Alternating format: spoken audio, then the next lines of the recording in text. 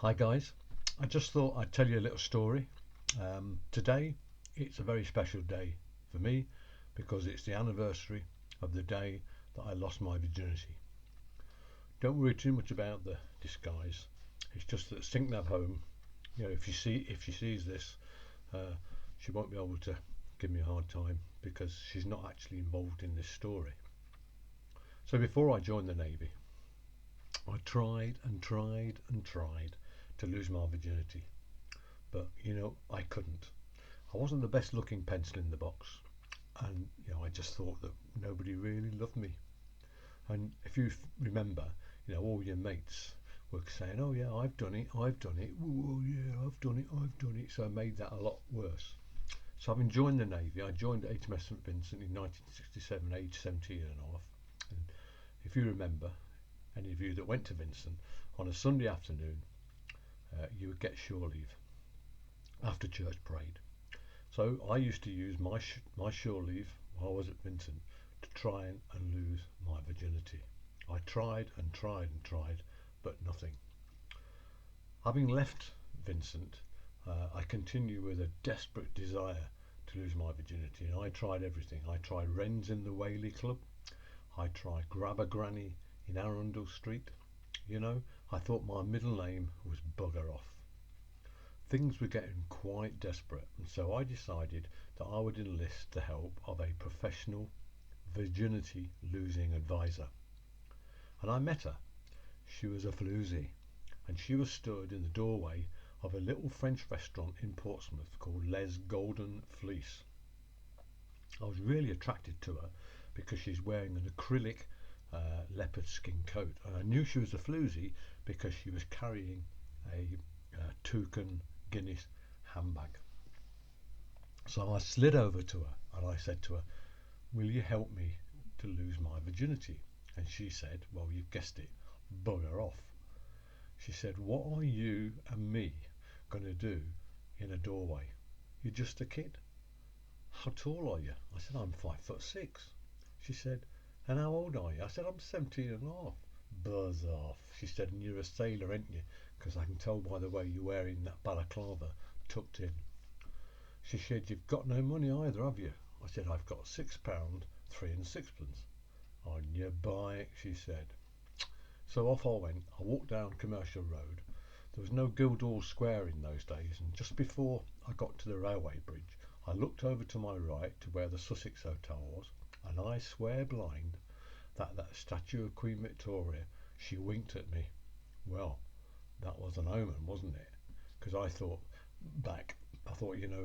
she was a kind woman, this floozy, and she had a glint in her eye, in her glass eye, a little bit like Queen Victoria.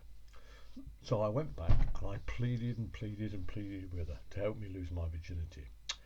She said, "I just told you, you're not going to get anything for £6, 3 and 6." And I said, "It's £6 now because I've just had a bag of chips." She said, "Well, I will help you." She said, "They're building, round the corner, they're building a new supermarket in Edinburgh Road called Sainsbury's. And on the building site, they've got everything.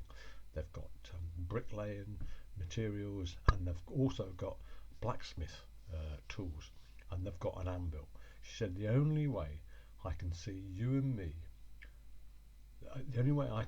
losing your virginity is if you go around there and stand on the anvil." Wow. I was standing on the anvil before she even got there. So I was about to lose my virginity when it started to rain, and she said, "We can't do this here. We'll go back to my place." I said, "Where do you live then?" She said, "Cosham." I said, "Cosham? That's bloody miles away." She said, "We'll get a taxi." I said, "No, we won't get a taxi. It's raining. They'll all be full." She said, "Well, okay, we'll walk." So we walked and we walked and we walked for nearly 4 hours to her house. And do you know what she did when we got there? She got my £6 and she tucked it back into my top pocket, and she said, "It's no good. I can't do this now." I said, "It's not fair." She said, "What do you mean it's not fair?" I said, "I've carried this bloody anvil all the way here."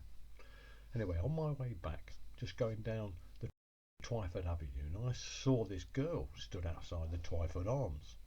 And she said to me, "What are you doing with that anvil?" Anyway, she said, "Would you like to go for a drink?" Well, couldn't believe my luck. And we had a drink in the North Sea, we had a drink in the Beresford, we had a drink in the Admiral Drake, we had a drink in the Mile End Cellars.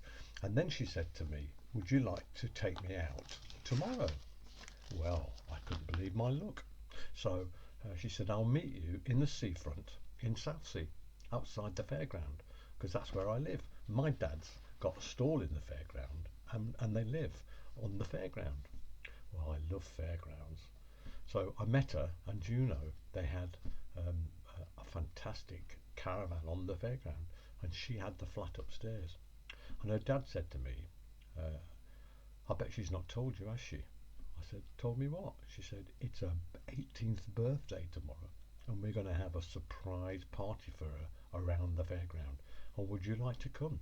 Well, I was over the moon. "I'd love to come," says I. He was really quite a rich geezer. He was well dressed and he had all sorts of things. He even had a Cadillac. And just to show you how rich he was, he went all the way to Chile and he bought 750 hamster pelts.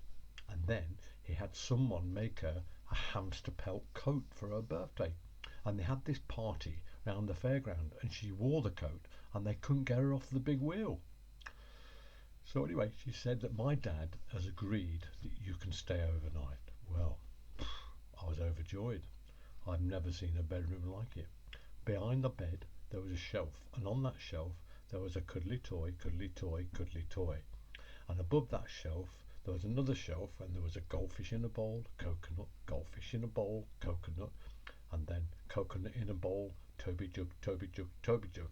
Anyway, we made mad, passionate love all night, and I can remember calling my name out loud. Well, you know, I'd never done it before. Well, not with anyone else, that is.